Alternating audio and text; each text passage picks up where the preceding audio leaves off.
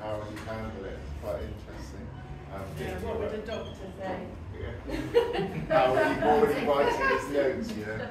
Miraculous healing, unusual healing.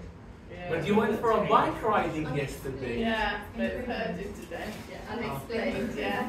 Yeah, unexplained. Yeah. It would be so good though, because I'd have the before and after x-rays. Yes, yes.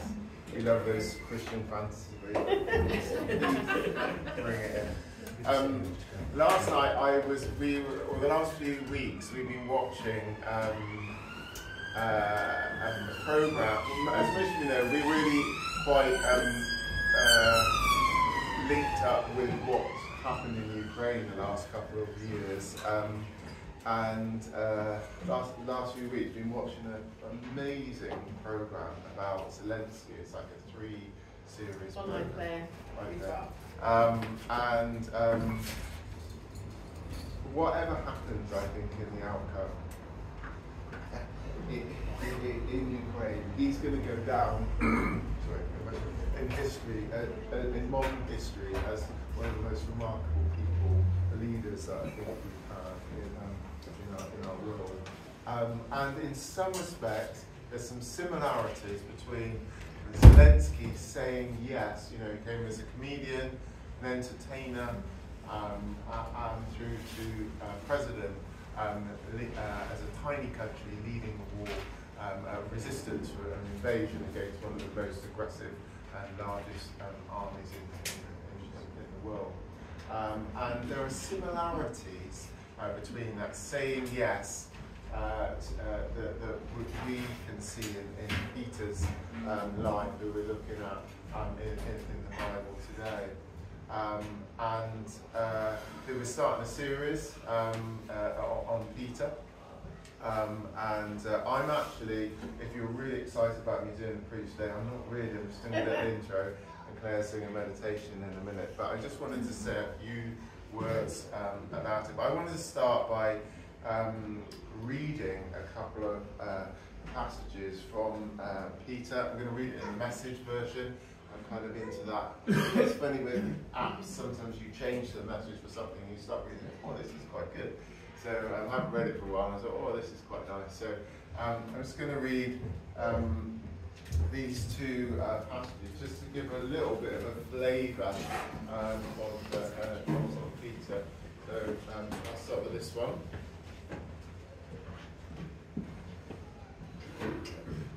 I, Peter, am an apostle on assignment by Jesus the Messiah, writing to exiles scattered in the four winds. Not one is missing, not one is forgotten. God the Father has his eye on each of you and has determined by the work of the Spirit to keep you obedient through the sacrifice of Jesus. May everything good from God be yours. What a God we have, and how fortunate we are to have him, this Father of our Master Jesus. Because Jesus was raised from the dead, we've been given a brand new life and have everything to live for, including a future in heaven, and the future starts now. God is keeping careful watch over us and the future. The day is coming where you will have it all, life healed and whole. And then next passage is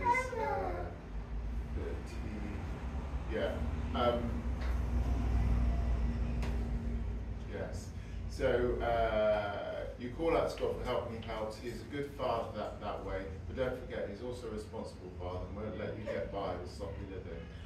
Your life is a journey you must travel with a deep consciousness of God. It costs God plenty to get you out of that dead-end, empty-headed life you grew up in. He paid with Christ's sacred blood, you know. He died like an unblemished sacrificial lamb. And this was no afterthought, even though it was only lately at the end of the ages become public knowledge. God always knew he was going to do this for you. It's because of this sacrificial Messiah, whom God then raised from the dead, that you, from the dead and glorified, that you trust God, that you know you have a future in God. And there's a little tiny bit after that, which is not on there, but maybe I have here. There was 2 pages to it. Oh yeah. Now that you've cleaned up your life by following the truth, love one another as if your lives depended on it. And that's where I want to end. So, Great translation, isn't it? The message looked good. What I want to do to start with is we'll be talking a bit actually today about, there's not many of us here. And one thing I wanted to ask ourselves is why do we keep doing this? You know, why do we keep coming? Why do we keep following Jesus? What is it that actually what motivates us to keep going in that way? And obviously there are, Jesus, died for us, all those answers, but actually in reality, what is it that keeps us here? What keeps us going?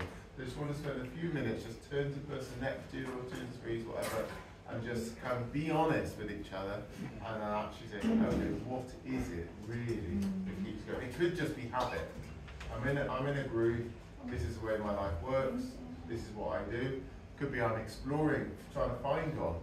What is it that I'm that keeps you here? So, here, as in coming on Sunday, or here following Jesus? Both, yeah, following Jesus and being here,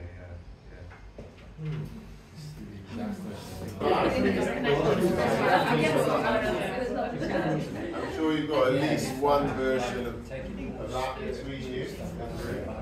Do you want to hear a few of those back, if it's not too personal? Alex? I took up the entire time talking. So it's funny because this has been my entire year. Just being really honest, and we had like a couple of us guys got together on Sunday last week, and I was able to be really honest with them as well at the same time. And I think it's having less people in a church, you feel kind of exposed. Like I've been feeling like, I know it's not the case, I've been feeling like I stick out a little bit like a sore thumb, especially leading worship. But my whole year has been asking myself, why on earth am I doing this? Like I've been doing this my whole adult life. We volunteers overseas, missionaries, and why am I doing this? Why follow Jesus? Why keep doing this? It's difficult. A lot of the time I'm struggling with it. A lot of the time I'm struggling with myself, and I didn't decide to do this. In hindsight, I feel like it was a path that God led me down to kind of open my eyes. But one morning I would wake up and it was just different. I wake up next morning different, and then a month on, I look back and I realise I actually don't have any faith at all, and I don't care. I don't have any faith and I don't actually care. And I just continued that way. And I would go to work and life would happen and would just continue, and a couple of months in I just realised I'd be walking down the street frustrated in a situation, mulling it over in my mind, annoyed, and then it would happen again with a housemate, and then it would happen in this situation. I was just annoyed all the time. I was angry at people, and I'd keep thinking about these things, and I'd be frustrated and all of this stuff, and I sat there one night, and there were a couple nights in that period of time. It was maybe like 6 months or so, maybe more, where I sat down and I felt there was like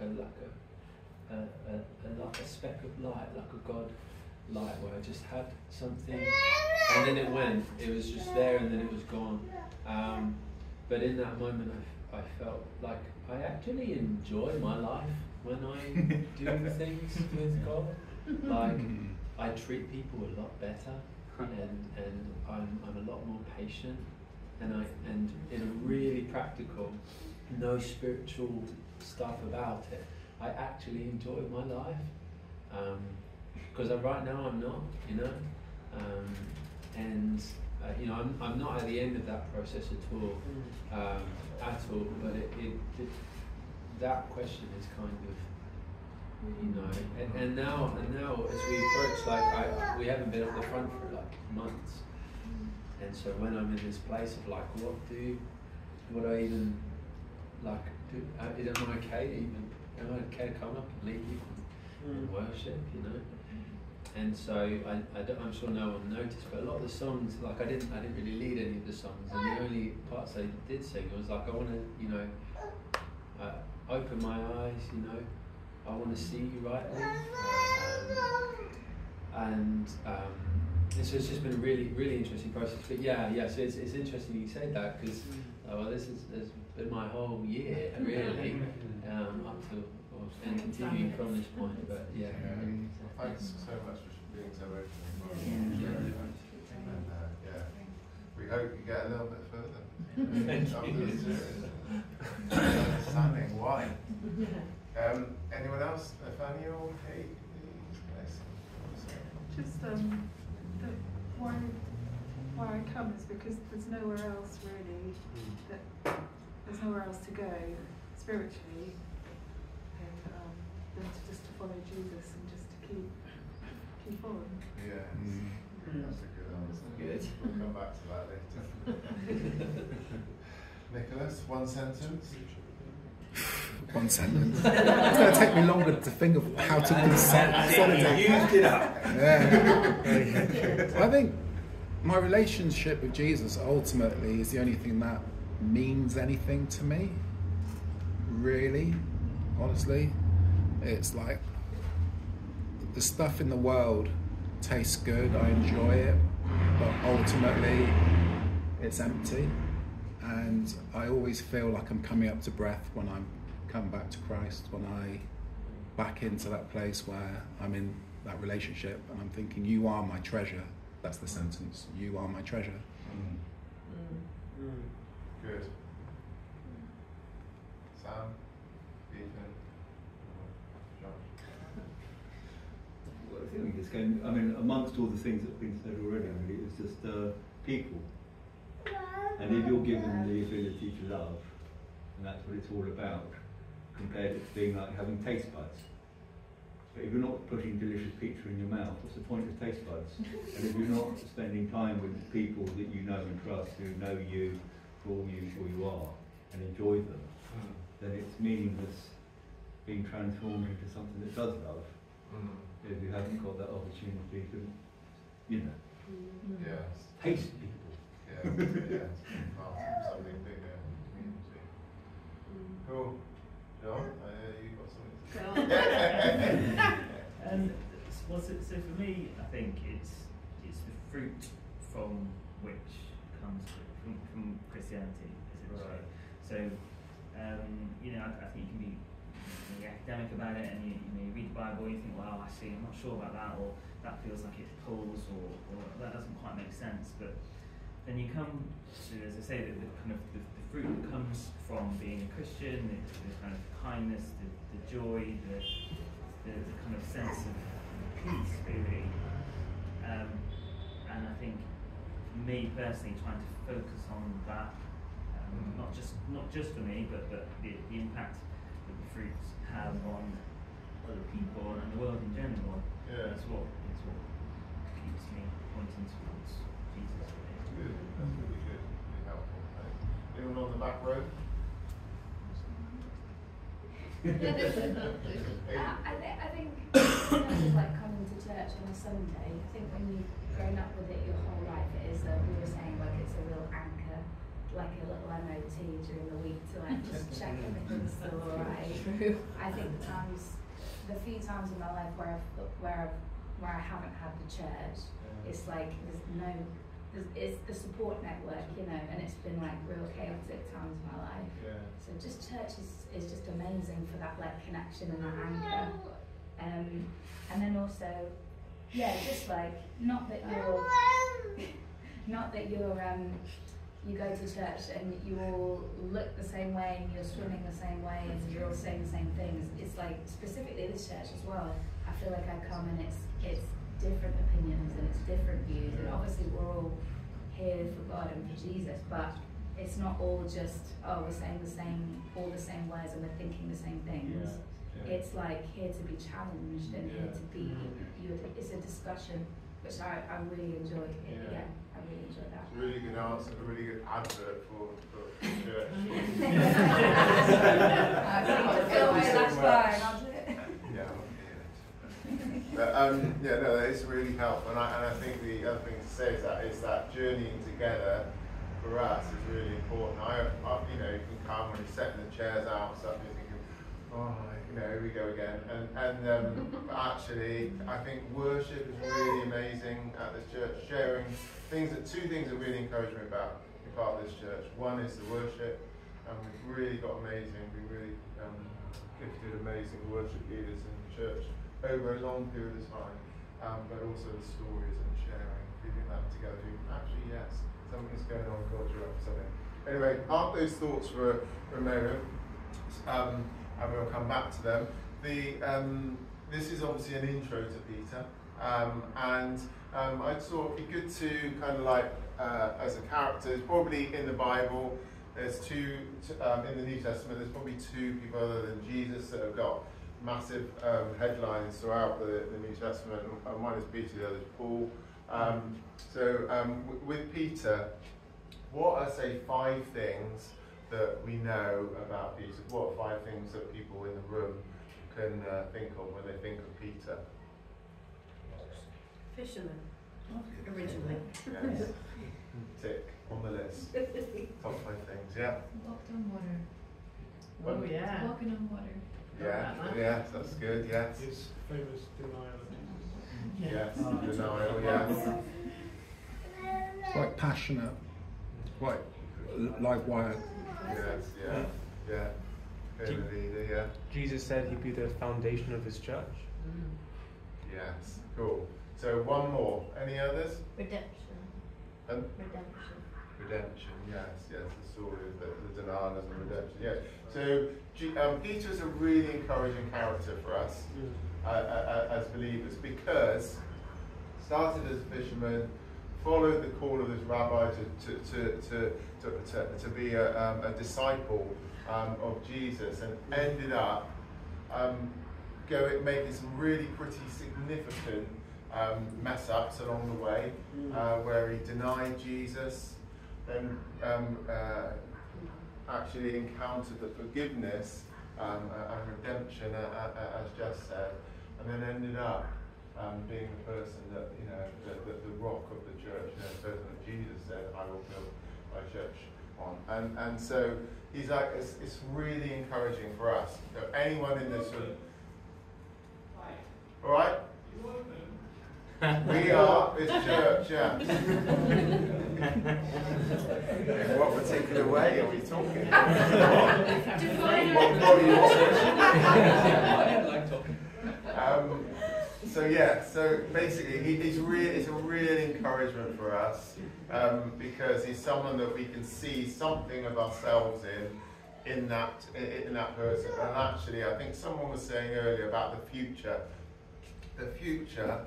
Yeah, for Peter, I'm sure he never imagined when he said yes, walking away from his fishing nets, he thought he'd end up being the person that Jesus chose to build the church on. So, and so you're thinking, okay, like asking this question, what is it that keeps us going with Jesus, and what is it that kept Peter going on his journey? What was it that kept him on his journey?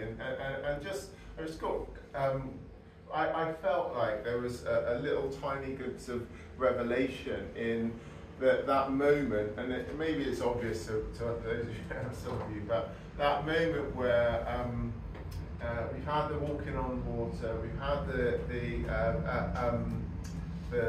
feeding of the 5,000, and then Jesus starts giving some real harsh kind of words to the gathered disciples that are around him, not just the 12 but more, where he starts saying, you've got to, you know, eat my flesh and drink my blood, and he's just saying some really full-on things, and it says in the Bible in the book of John that a lot of people left. It's like, this is too much. What this guy's saying is too much. We're going. And it says kind of like a lot of people left. And Jesus got to, obviously saw people leaving, and he gets to the point where he says to the disciples, guys, are you going to go too? Because they are grumbling and saying this is a bit full on. You're saying it, and he asks that question, and Peter responds and says this like critical line. I think it's like, where would we go? You have the words of eternal life. Where else would we go? And what I felt like was that there's like a tipping point, and actually for Peter, there's this tipping point where it's like, and someone else, I think Nick was saying, it's like, actually, once you've encountered Jesus, what else is there? You can't really, there's nowhere else to go. And a friend of ours, Matt, who's one of the founders who helped to start LoveBristol, Matt Crossman used to say, you know, once you've really encountered Jesus, you're kind of ruined for anything else. and it's true. That's the reality of this relationship with Jesus, that Peter, in a sense, was ruined for anything else. It's like, actually, I can't go anywhere because you got it, and I need it. And so I felt like that was a real critical thing for Peter in his journey. And for us here, you need to, if you haven't got to that place yet, that's a place to aim for. If you have, it's worth reflecting on that. A bit like Alex was saying, that, you know, in some senses, there isn't anywhere else to go.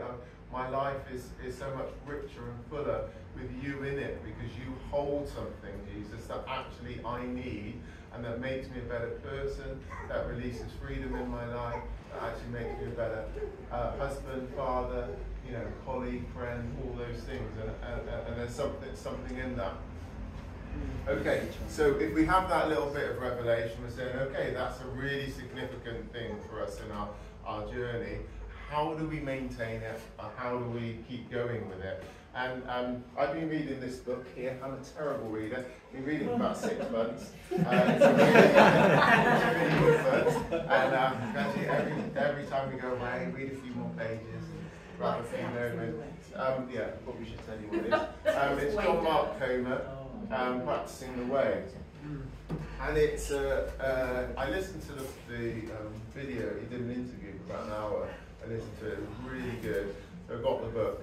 And it basically, one of the main message in the book, I'm not totally at the end, I'm about 2/3 of the way through. You normally get a feel, don't you, for about a third way in. So most of the books, you read a third, I'll come back to it, you get the main message. But it is worth going to the end. But one of these main things is saying that as a disciple of Jesus, that unless you're intentional about what you do and the way that you live your faith, there are other things in the world that will be discipling you, that gradually kind of disciple over what you're pursuing with Jesus. And he's really into having practices and people and things in your life that keep you on track with the thing that you know is the most critical and vital thing in your life.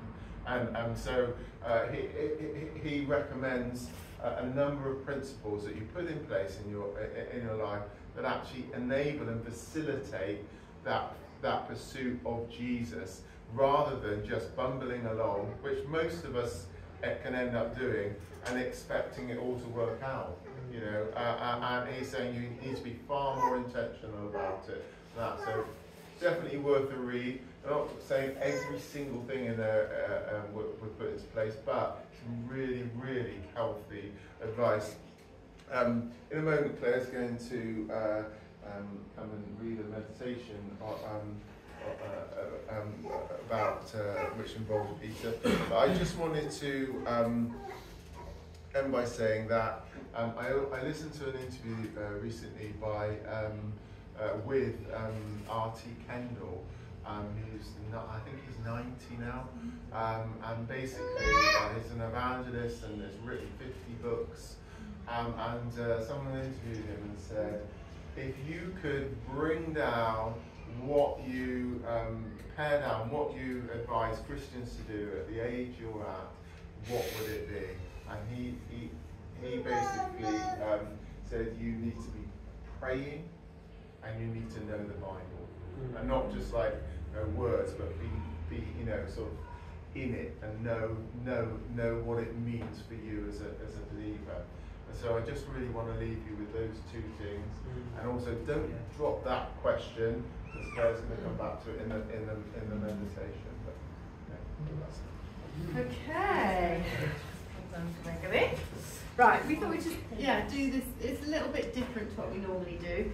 If any of you have ever been to a Good Friday service at Woody's, you'll know that every year, but forever, I've written a little meditation on the story, the Holy Week story, and it's really in my eyes. Can you slide that? And the reason why it's been a really amazing thing to do. I've done it for about 20 years. I've done it every year. So I've done about 20 of these meditations, which is a really extraordinary experience to try and write a meditation, a sort of about 12, 14-minute meditation on the same story every single year, from loads of different perspectives. And I literally feel like I know the story inside out. I mean, so I could almost tell you every different thing that happened in that week. And it's a really amazing thing to do, and you get your head into quite an interesting place. So one year, about 5 years ago, I thought I'd write it from the perspective of Peter, imagining I was Peter going through the story. And so this one is, My Name is Peter, that's the name of the meditation. And it's a bit different thing to do. I'm going to suggest that you close your eyes as long as you're not too sleepy, and you sort of get into a meditative place. Don't fall asleep on me, because I'm going to tell you a story.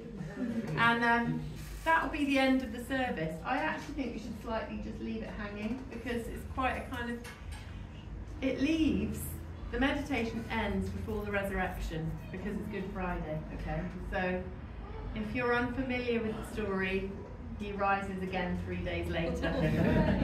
Good ending. But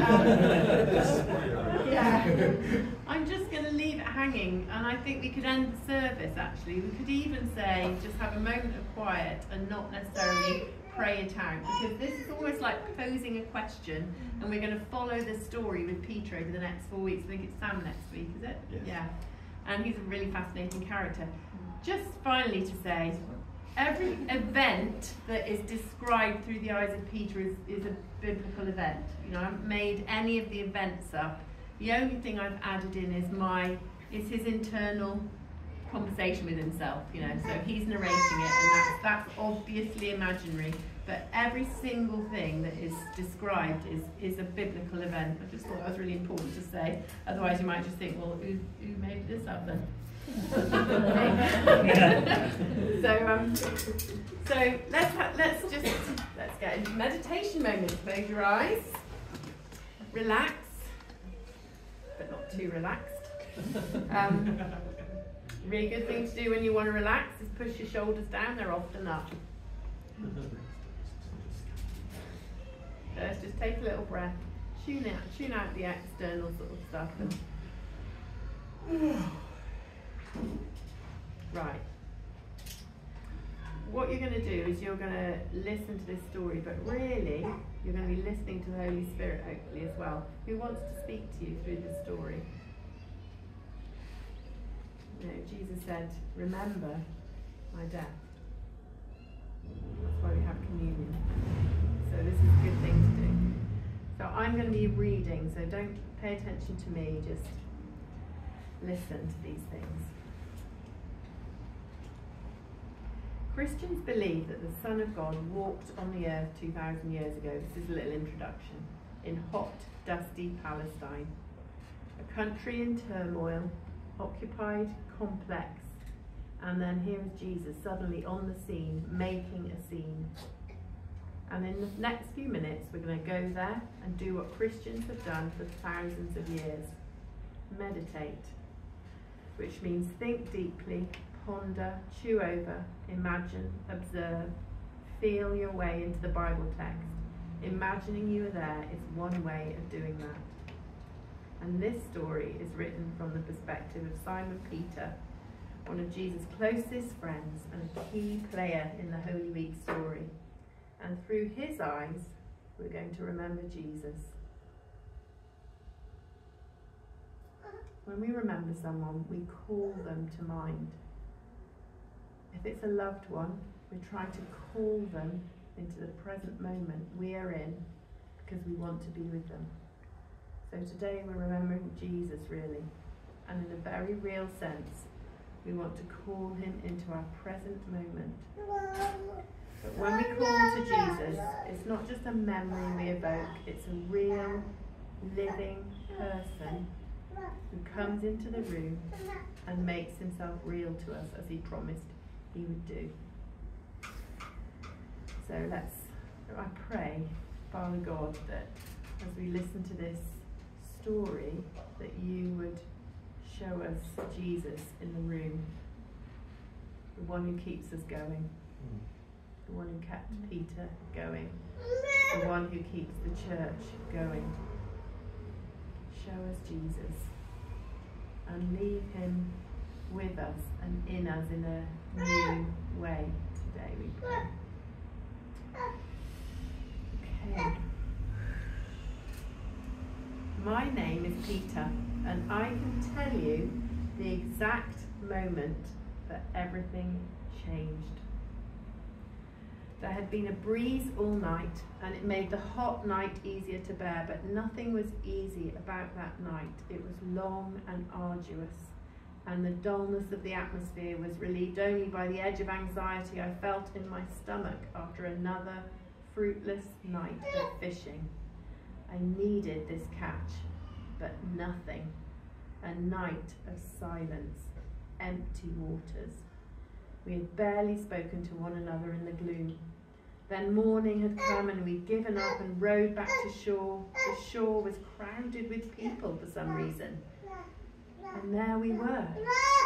We were just dropping the second anchor when we heard a shout from the shore. It was Jesus. He was only a few feet away and he barely had to raise his voice. He asked to get into the boat so he could preach to the crowd more easily. Turned out the crowds on the beach had come to hear him. I didn't mind. I was pretty tired, only half listening. I let him climb into the boat. But then, as he talked, I was unsettled. His words got to me. It felt like being roused from a deep sleep. You know that feeling when you don't really want to wake up? His words had a piercing clarity, uncomfortable.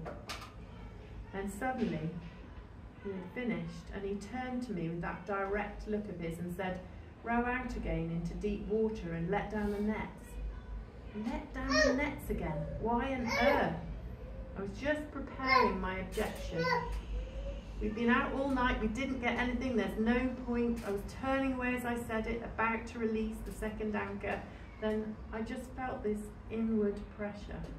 It stopped me in my tracks.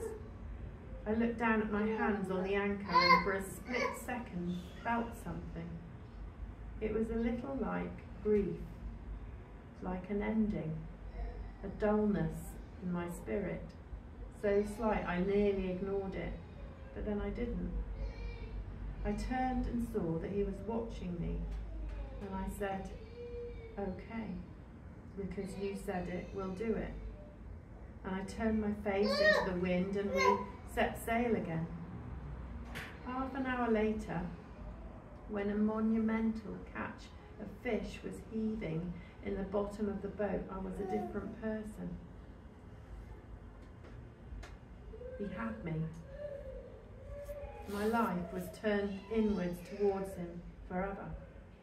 For me, that was the moment everything changed. To be honest, the next 3 years were so eventful. The days blur as I follow Jesus from village to village, in and out of houses, conversations, healings, debates, and always surrounded by crowds of people, the crowds. Memories vie for attention as I look back, but I have committed it all to memory. Today I have bread and wine in front of me, and I am remembering again. I am remembering being at a meal with Jesus.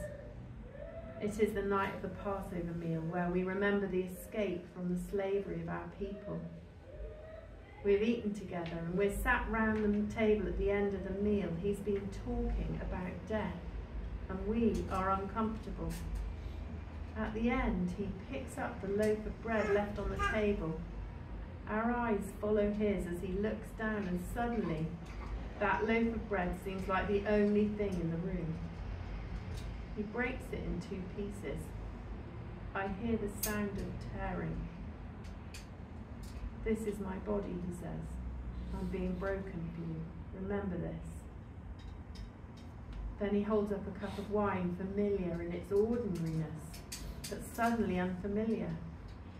Here is the cup of the new covenant, he says. This is my blood, shed for you, for the forgiveness of sins. Drink it and don't forget. We won't forget. The atmosphere is strange, heavy. I can't put my finger on what is going on. Jesus seems preoccupied. He's talking in a low voice to Judas. I can't hear what he's saying. But straight away, Judas pushes up from the table and leaves, and Jesus' eyes follow him till he walks through the door into the night. I now know that Jesus knew what was coming next. I can hear Jesus' words forecasting our failure and fickle loyalties, and I know now that he knew it all.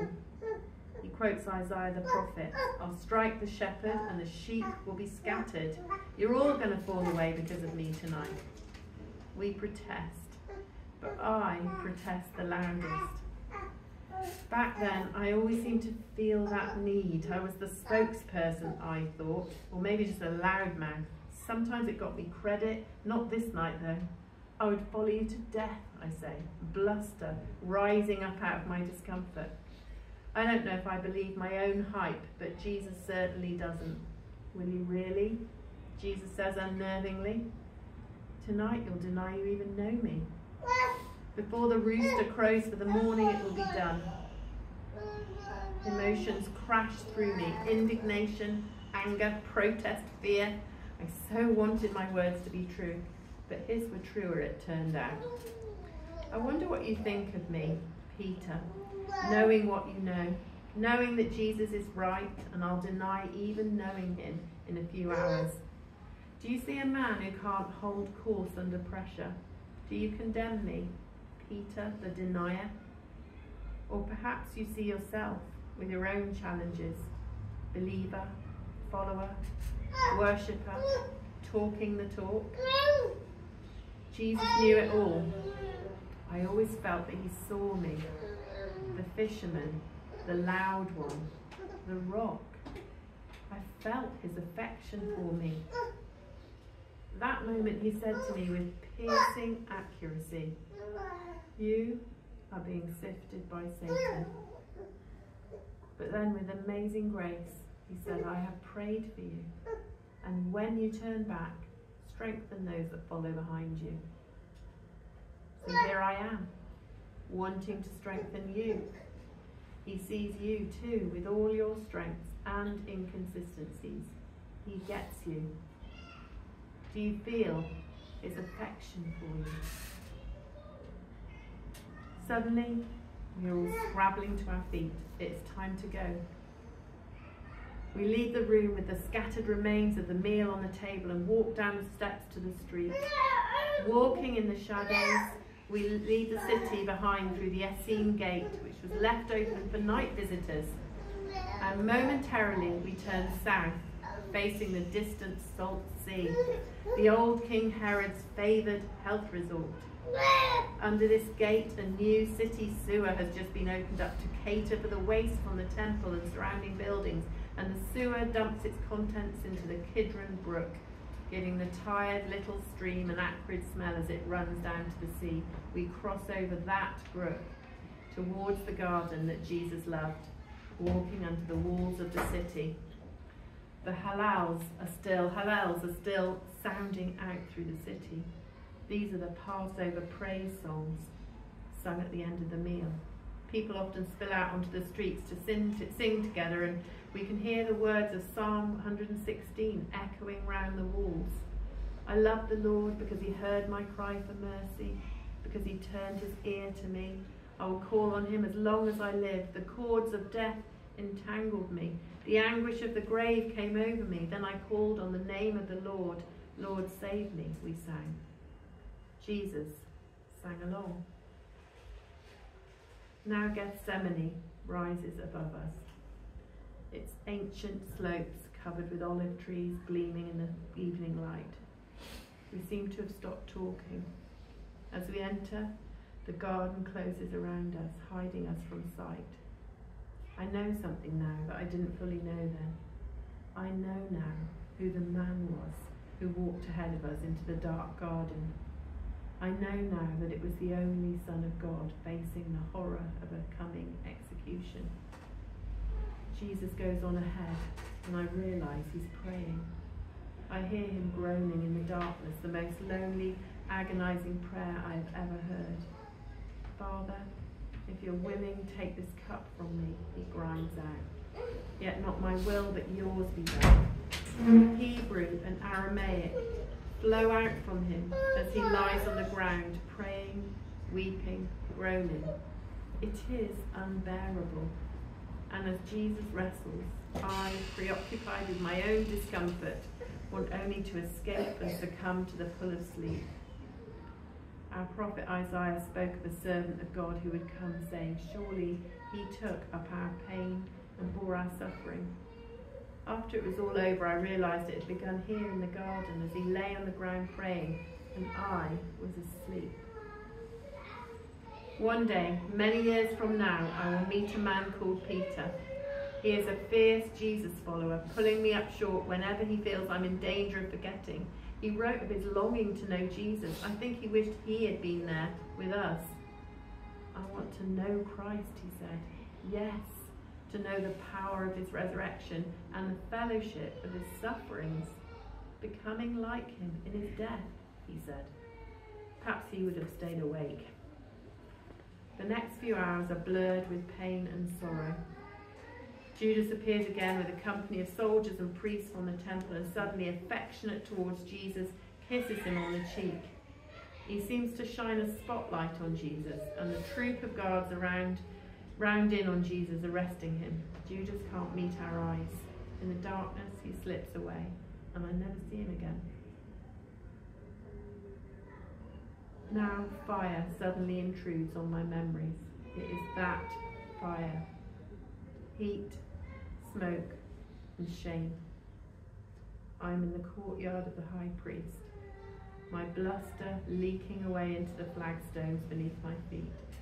I am shaking with cold exhaustion and horror, edging closer to the fire that is being kindled in the centre of the courtyard, and above the crackling of the logs and the low voices of the servants around the fire, I am straining to hear what is happening to Jesus. But he is just beyond my hearing. The heat from that fire is seared into my memory. One of them questions me. You know him, the man who's been arrested? No, I say. Self-preservation, kicking in without even a second thought. Yes, you do, she says again. You're one of his people.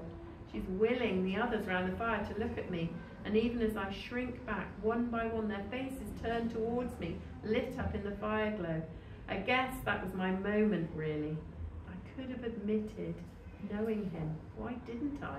I could have held true. Why didn't I? Hard to say. Fear, of course. Shame. My desire to fit in. The empty space behind my bluster and hot-headedness. What is it? I don't know. But perhaps you know something of what I feel. Because you feel it too. That pull towards self-protection. I deny knowing Jesus again, a second time, and it feels like something is set in place, and by the time the third denial happens, I am only hearing the rooster's staccato crows hammering the reality of my betrayal into my memory forever. I am lying to save my own skin, while the Son of God stands on trial for telling the truth. What would you have done, I wonder? What do you turn to for protection when the pressure is on? Anger? Escapism? Denial? Appeasement? Isn't this what we do when the pressure is on? As the rooster finishes with me, Jesus is taken out of the high priest's house, and at that moment turns to look at me, and pain pumps at my temples, and I exit the courtyard weeping bitter tears. Our ancient scriptures tell of a righteous man called Job who was tempted by Satan to deny his love for God. Satan taunts God with these words, "Skin for skin, a man will give all that he has to save his own life." True enough. In 3 short sentences, I betrayed the Son of God myself. That is my story. After, and I mean really after, the after that was as different to the before as it was possible to be, there would be another fireside gathering, another bumper catch of fish around the questions. And I see, of course, now the courtyard questions. Do you know him? Echo the Spirit's questions to all of us. Do you know him? Do you know him, as in, have you joined your life to his? So that to deny him would be to deny yourself. And when I meet Jesus again at a breakfast on the beach, he asked me 3 times, do you love me? 1 for every denial. Later, I was in the crowd that pressed into Pilate's courtyard to watch him pronounce judgment on Jesus. I was there as the crowd screamed, "Crucify, crucify." My lips clammed shut as the chorus of hate rose around me. I was there when they took him away to be whipped, and I saw him emerge a broken man staggering along the street through the centre of Jerusalem, wearing a makeshift crown of thorns jammed in mockery onto his head, blood dripping down from each piercing. I was there when they threw him down on top of the cross, pain juddering through his body as they tied him down, when the nails entered his wrists and ankles, when they hauled the cross upright and suspended him over our heads for us to watch him face death. Today, as I look down at the bread in my hand and remember that broken body, Jesus broken for me, I am thankful for freedom from fear of death. Now it cannot touch me. I see the wine in this cup, and I am thankful for forgiveness and grace that casts its light beams over my future. As I watch, scene after scene replays through my mind. The day he called me and set me alight. The day I saw him raise Lazarus from the dead. The day he fed 5,000 people. The day he healed blind Bartimaeus. The day he saw the leper's decaying skin and reached out to touch him. All that life and goodness, gentleness, mind-blowing power, truth, strength, otherworldly wisdom. These are not stories, they are realities. I saw them with my own eyes, and I even heard the voice of God on the holy mountain saying, "Listen to Jesus." And all this is converging in my mind as the dull throb of death descends over Jesus. At noon, it goes dark. 3 hours later, Jesus suddenly seems to get a strength from nowhere and cries out with a loud voice, my God, why have you forsaken me?" And then one last long breath escapes his body, and with a sigh he says, "It is finished." Can you see him there, as I can, the King of the world on a cross, with a mocking sign above his head? They argued what to write on that sign, because of course none of them really knew who they were dealing with. I wonder, do you know him, the King on the cross? Have you heard his offer to free you from fear? Have you felt forgiveness course through your veins as I have? Have you seen that if he can restore me, he can restore you too? My name is Peter, and I can tell you the exact moment that everything changed. But it is not quite yet.